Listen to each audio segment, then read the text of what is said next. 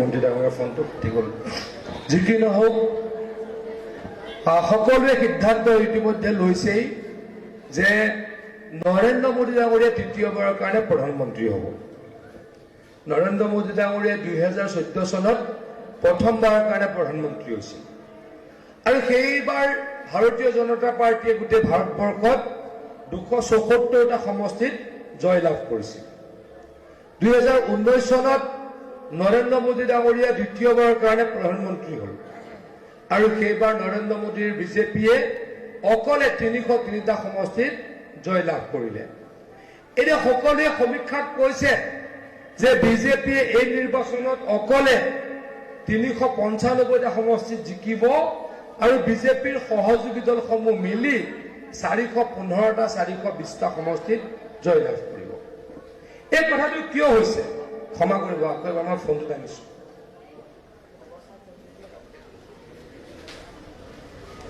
এই কথাটো কিয় হ'বলৈ পাইছে সাধাৰণতে দেখা যায় চৰকাৰ এখন যদি কৰবাত হয় তাৰ বিৰুদ্ধে 5 বছৰত প্ৰতিষ্ঠান বিৰোধী হ'ব এন্টি ইনকামবেন্সি বুলি কয় মানে চৰকাৰখনে বেয়া কাম কৰে আৰু চৰকাৰখনৰ বিৰুদ্ধে মানুহবিলাক গুচি যায় প্ৰত্যেক বছৰে আমাৰ দিল্লীৰ কেন্দ্ৰীয় চৰকাৰ তেনেকুৱা এটা পৰিৱেশ সৃষ্টি হৈছে কিন্তু নৰেন্দ্ৰ মোদী ডাঙৰীয়াই সেই পৰিৱেশটো বদলাই দিলে 14 চনত পালে 274টা সমষ্টি 19 চনত পালে 303টা সমষ্টি আৰু এই বছৰ সকলোৱে কৈ আছে যে 395টা সমষ্টিত অকলে বিজেপি জিকিব মানে কিয় কথাটো হৈছে যে মানুহজনে ৰাইজৰ কাৰণে কাম কৰিছে গোটেই পৃথিৱীত ভাৰতবৰ্ষৰ স্থান উন্নত কৰিছে আজি আপোনালোকৰ হয়তো মনত আছে আমাৰ এখন গাঁও নে টাউন গাঁও আমাৰ ইয়াতে মনত আছে যে ইয়াতে ইন্দিৰা আৱাস যোজনা ঘৰ আহিছিল কংগ্ৰেছ চৰকাৰৰ দিনত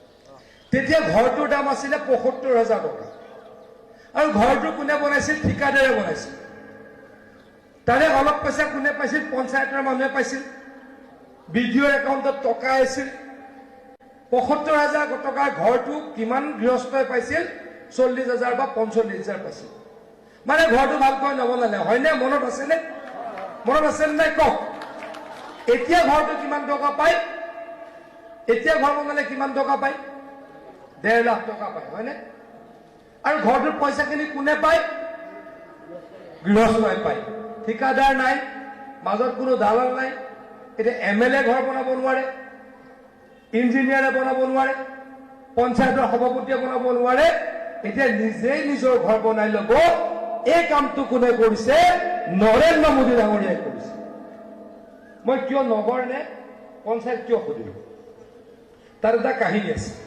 মই নগৰ উন্নয়ন ডিপাৰ্টমেণ্টৰ মন্ত্ৰী আছিলো যোৱা চৰকাৰৰ দিনত তেতিয়া আমাৰ সেইখিনি সময়ত আহিছিলে তাৰ আগত কৈছো 2011 চনতো মই বিধায়ক আছিলো মই ৰহা সমষ্টিত তেতিয়া বিধায়ক আছিলো ৰহাখন সৰু নগৰ এখন ৰহাত কি হয় টাউনত মানুহে ঘৰ নাপায় ৰহা টাউনৰ মানুহে মোক সদায় গালি পায় কয় যে ওচৰৰ দীঘলদৰী মানুহে ঘৰ পায় ওচৰৰ পঞ্চায়তৰ নাম দীঘলদৰী এটা পঞ্চায়ত ওচৰৰ ৰংথলী মোক ৰহাৰ মানুহে কয় ৰংথলী মানুহে ঘৰ পায় এটা পিছফালৰ পঞ্চায়ত কয় দীঘলীয়াতি মানুহে ঘৰ পায় চাপৰ মুখৰ মানুহে ঘৰ পায় আমি ঘৰ নাপাওঁ মানুহখিনিয়ে মোক কয় আমি কি ধনী নেকি আমিতো দুখীয়া তাৰমানে সেইখিনি সময়ত কি আছিল কংগ্ৰেছ চৰকাৰৰ দিনত তথাকথিত চহৰত ঘৰ দিয়া নাছিলে অকল গাঁৱত ঘৰ দিছিলে আৰু ঘৰবিলাকত ৭৫,০০০ টকা দিছিলে মই এইটো কাৰণে আপোনালোকক সুধিলো যে আপোনালোকৰ ওচৰতে টাউনখন আৰম্ভ হয় আজিৰ পৰা 10 বছৰ আগতে ঘৰ পোৱা নাছিলে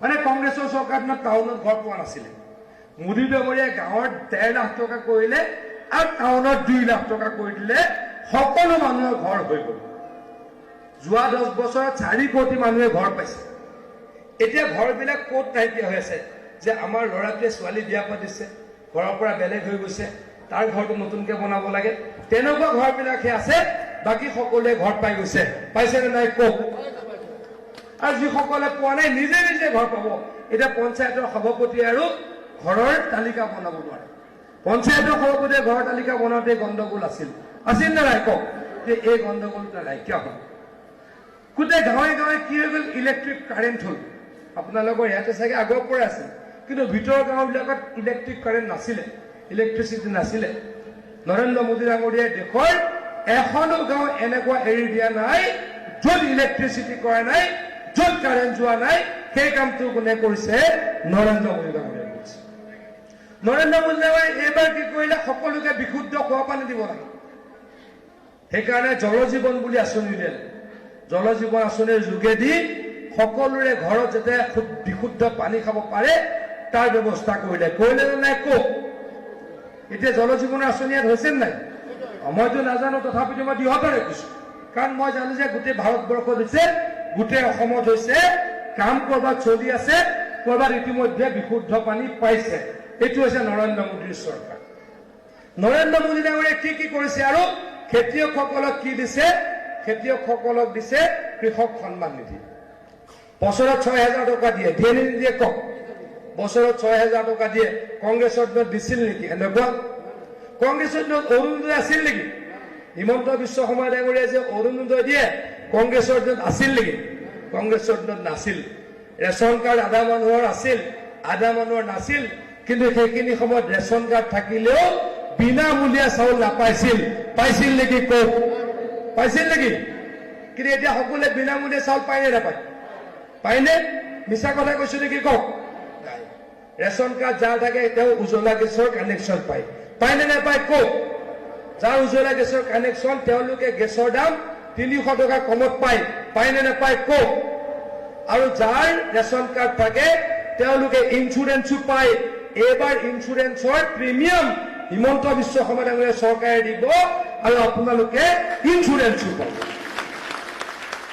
এটা মোক এটা কথা কওকচোন হাত দাঙকচোন ৰেচন কাৰ্ড কিমান মানুহৰ আছে হাত দাঙক ৰেচন কাৰ্ড সকলোৰে আছে অৰুণোদয় কিমানৰ আছে হাত দাঙক অৰুণোদয় 50% মানুহৰ আছে বা 60% মানুহৰ আছে আজি আপোনালোকক মই প্ৰতিশ্ৰুতি দিওঁ অহা ১.৫টা বছৰৰ ভিতৰত অসমত যাৰ যাৰ ৰেচন কাৰ্ড আছে সকলোৱে অৰুণোদয় লাভ কৰিব আৰু মাহত ১২৫০ পাব কংগ্ৰেছে দিছিল নেকি কওক কংগ্ৰেছক ভোট দিলে ৰেচন কাৰ্ডত থাকিলেও আকৌ বিনামূলীয়া চাউল পাব নেকি কংগ্ৰেছক ভোট দিলে অৰুণোদয় পাব নেকি কংগ্ৰেছে কি দিছিলে কওক কি দিছিল সূতা কম্বল আৰু আঁঠুৱা হয়নে সূতা কম্বল আঁঠুৱা লাগিব নেকি সূতা কম্বল আঁঠুৱা লাগিব নেকি নালাগে সূতা কম্বল আঁঠুৱা নালাগে আমাক অৰুণোদয় লাগে আমাক মেডিকেল কলেজ লাগে আমাক ইউনিভাৰ্চিটি লাগে আৰু সেইকাৰণে আমি কি কৰিছো আমাৰ শিৱসাগৰ কলেজখন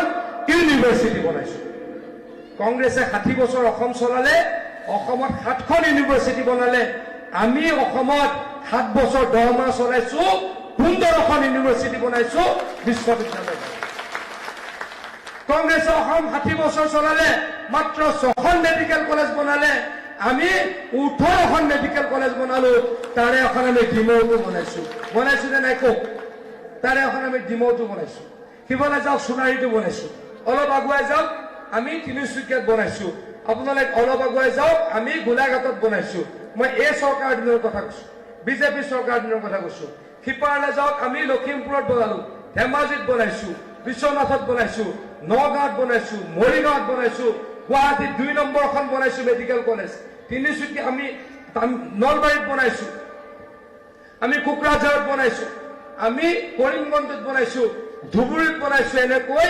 18খন মেডিকেল কলেজ বনাইছো মুখ্যমন্ত্ৰী ডাঙৰীয়াই সেইদিনা মাজুলীত কৈছে মাজুলীৰ দলং হ'ব দলং হোৱাৰ লগত তাত মেডিকেল কলেজ হ'ব এতিয়া মাজুলীৰ দলং খনৰ কথা মনত পৰোতে মোৰ কি মনত পৰিল এই যে ব্ৰহ্মপুত্ৰত কংগ্ৰেছে 60 বছৰত 4খন দলং বনাইছে আৰু আমি 10 বছৰত কিমান বনালো 9খন দলং বনালো তাৰে কেইখনমানৰ কাম সম্পূৰ্ণ হ'ল কেইখনমানৰ কাম চলি আছে আৰু দুখনৰ আমাৰ চেংচন হৈছে মুঠৰ ওপৰত টোটেল 10 বছৰত আমি 9খন ব্ৰহ্মপুত্ৰৰ ওপৰত দলং বনাইছো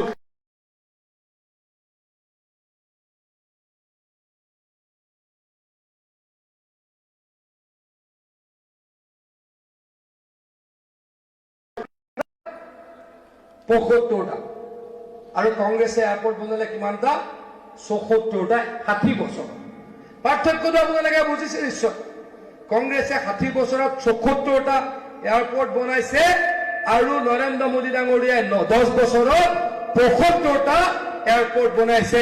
এইটো হৈছে পাৰ্থক্য।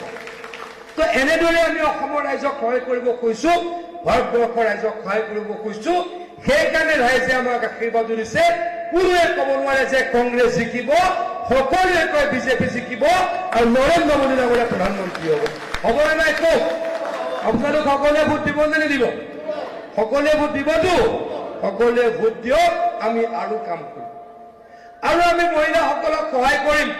আপোনালোকে লাখপতি বাইদেউৰ ফৰ্ম ফিল আপ কৰিলে নে নাই কওক? কৰিলে নে নাই? কালি মুখ্যমন্ত্ৰী ডাঙৰীয়াই কৈছে আজিও নাজিৰালৈ আহিব অলপ পাছত। নাজিৰাটো ক'ব। কালি ডিগবৈত কৈছে 40 লাখ মহিলাক আগষ্ট মাহৰ ভিতৰত 10,000 টকা বেংকত সোমোৱাই। আৰু এবাৰ নিযুত মইনা বুলি আঁচনি আনিছো। আমাৰ ছোৱালীবিলাক পঢ়িব লাগিব, লাগিব নালাগিব? ছোৱালী পঢ়াটো আমি বিচাৰো নিবিচাৰো? ছোৱালী পঢ়িব লাগিব। গতিকে যোনে হায়াৰ ছেকেণ্ডেৰী পঢ়িব তেওঁলোকক বছৰত আমি 10,000 টকা দিম, নিযুত মইনাৰ আঁচনি। আৰু যোনে BA পঢ়িব তেওঁলোকক আমি 12,500 টকা দিম। যোনে MA MSc পঢ়িব তেওঁলোকক আমি বছৰত 25,000 টকা দিম আৰু ৰাইজক আমি সেৱা কৰিম। যিসকলে ৰেচন কাৰ্ড পাইছে তেওঁলোকে আয়ুষ্মান কাৰ্ডো পাইছে। পাইছেনে নাই কওক? আয়ুষ্মান কাৰ্ড পাইছে নাই? পাই যাব। ৰেচন কাৰ্ড আছে নাই? ৰেচন কাৰ্ড আছে, পাই যাব। কিবা এটা খেলি মেলি হৈছে, ৰেচন কাৰ্ড পাই যাব। আয়ুষ্মান কাৰ্ড থাকিলে কি পায় কওক? আয়ুষ্মান কাৰ্ড থাকিলে কি হয়? ট্ৰিটমেণ্ট ফ্ৰী হয়, বিনামূলীয়া ট্ৰিটমেণ্ট হয় বছৰত 5 লাখ টকালৈকে। আগতে কোনোবা চৰকাৰে ভাবিছিল নেকি এনেকুৱা? আগতে ভাবাও নাছিলে। হিমন্ত বিশ্ব শৰ্মা ডাঙৰীয়াই কৰি দিলে। এইদৰে আমি কাম কৰিছো।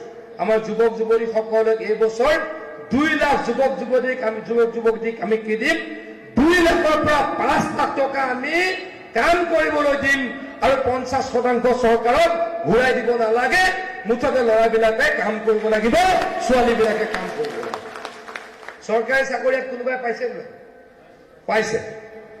প্ৰত্যেকখন গাঁৱতে পাইছে। আমি প্ৰতিশ্ৰুতি দিছিলো কিমান ল'ৰা ছোৱালীয়ে চাকৰি পাব? 1 লাখে। আৰু এতিয়ালৈকে 95,000 দি দিলো। আৰু 2 বছৰ 2 মাহ আছেই আৰু 35,000 চাকৰি দিম। মানে প্ৰতিশ্ৰুতি 1 লাখৰ দিছিলো, প্ৰতিশ্ৰুতি পালন কৰি ওপৰত যাম 1,35,000 চাকৰি দিম। এতিয়া আপোনালোকৰ গাঁৱত এনেকে কওকচোন যে ল'ৰা ছোৱালীবিলাকে যে চাকৰি পাইছে ঘৰকেইটা মনত পেলাওক। সেই ঘৰকেইটা ল'ৰা ছোৱালীৰ মাক দেউতাকে 10 লাখ টকা দি চাকৰি ল'ব পাৰে নেকি? পাৰে নেকি কওক? কংগ্ৰেছৰ চৰকাৰ দিনত সেইটো আছিলে।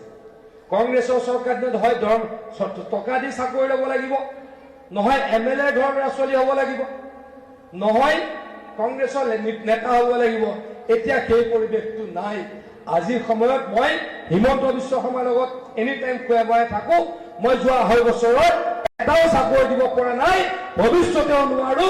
কাৰণ হিমন্ত বিশ্ব শৰ্মা ডাঙৰীয়াই যোন মেধা সম্পন্ন ল'ৰা ছোৱালী তেওঁকে চাকৰি দিব বিচাৰিছে। এইটো ভাল হৈছে নে বেয়া হৈছে কওক? এইটো ভাল হৈছে নে বেয়া হৈছে? কেতিয়াবা আমাৰ কৰ্মীসকলে আমাকো গালি পাৰে। এতিয়া বুজি গ'ল, আজিকালি বুজি গ'ল। আজিকালি মন্ত্ৰী এটাত চাকৰি বিচাৰি কোনো নাই, আজিকালি MLA এটাত চাকৰি বিচাৰি কোনো নাই। আৰু আমি ভালেই পাইছো, কাৰণ অন্যায় কৰি চাকৰি দিব নাপায়। গতিকে আমি কি কৰিব খুজিছো? ৰাইজক সেৱা কৰিব খুজিছো। আজি অসম দৰ্শনৰ আঁচনিত আমাৰ নামঘৰবিলাকত 3 লাখ টকা দিছো। অহা 1.5 বছৰৰ ভিতৰত অসমৰ প্ৰত্যেকটো নামঘৰত 3 লাখকৈ টকা দিম, আপোনালোকক প্ৰতিশ্ৰুতি দিছো। আজি আমাৰ শিৱসাগৰৰ ৰংঘৰটো কংগ্ৰেছে বনাইছে নেকি নতুনকে? চাইডবিলাকতো জহি কৰি গৈছিল, হয়নে নহয় কওক? তাৰ কাৰণে 150 কোটি টকা দি হিমন্ত বিশ্ব শৰ্মা ডাঙৰীয়াই নতুনকৈ ৰংঘৰটো সজাইছে নাই কওক? আমাৰ যে হুলুঙাপৰ সৌক সিদিনা নৰেন্দ্ৰ মোদী ডাঙৰীয়া আহিছিলে, লাচিতৰ প্ৰতিমূৰ্তিটোৰ উন্মোচন হ'ল, এইটো কংগ্ৰেছে কৰিছিল নেকি কওক? সেইটো কংগ্ৰেছে কৰা নাছিলে। সেই কামটো কোনে কৰিছে? হিমন্ত বিশ্ব শৰ্মা ডাঙৰীয়াই কৰিছে, বিজেপিৰ চৰকাৰে কৰিছে, AGPৰ চৰকাৰে কৰিছে। গতিকে শ্ৰদ্ধাৰ ৰাইজ, মই আৰু দীঘলকৈ নকওঁ। আমি অৰুণোদয় আঁচনি দিম আপোনালোকক, আমি লাখপতি বাইদেউৰ টকা দিম, ল'ৰা যুৱক যুৱতীসকলক আত্মনিৰ্ভৰ অসমৰ টকা দিম। আমাৰ ছোৱালীসকলক পঢ়িবলৈ যেনেকে আমি চাইকেল কিনি দিওঁ 9 পঢ়িলে, হায়াৰ ছেকেণ্ডেৰী ফাৰ্ষ্ট ডিভিজন পালে আমি স্কুটি কিনি দিওঁ, ল'ৰাকো স্কুটি দিওঁ, ফৰ্ম ফিল আপ ফ্ৰী কৰি দিওঁ। সকলো কৰিম, ৰাইজৰ কাৰণে কৰিম, অসমৰ কাৰণে কৰিম, অসমীয়াৰ কাৰণে কৰিম আপোনালোকক প্ৰতিশ্ৰুতি দিছো মাথো অনুৰোধ কৰিছো আপোনালোকে যাতে বিজেপিক ভোট দিয়ে বিজেপিক ভোট দিব নিদিব কওক বিজেপিক ভোট দিব নিদিব আপোনালোকৰ বিধায়কজনে একো কাম নকৰে অকল আমাক গালি পাৰি থাকে হয়নে নহয় কওক গালি পাৰি পাৰি সমষ্টিটো নষ্ট কৰিছে হয়নে বিধায়কজনে একো কাম নকৰে আপোনালোকৰ সমষ্টিটো নষ্ট কৰিছে গতিকে তেওঁৰ কথাত ভুল নাযাব সকলোৱে মিলি পদুমৰ ছবিত ভোট দিব এইখিনিকে কৈ মই বক্তব্য সামৰিছো নমস্কাৰ ধন্যবাদ জয় অসম ভাৰত মাতা কি জয় ধন্যবাদ সন্মানীয় মন্ত্ৰী ডাঙৰীয়ালৈ এতিয়া আমাৰ সভা ভংগ